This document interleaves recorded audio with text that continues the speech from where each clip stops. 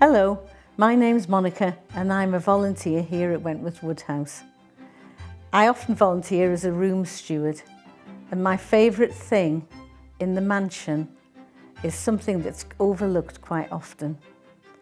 It's in the statuary room and it's part of the fireplace. People often overlook this because it's quite a dark room, but I encourage people to go closer and closer to what is a micro mosaic above the fireplace.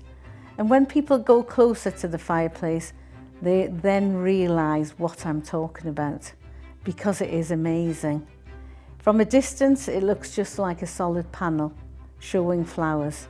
But when you get up close, it's a very detailed, very minute micro mosaic.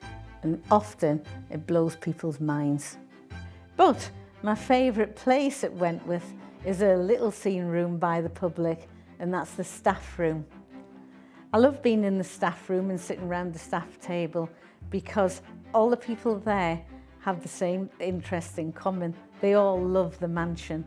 And I love being there to listen to the stories of how their day is going, what's happened here, what's happened there, because I think we all just enjoy each other's company and enjoy being part of this fantastic project.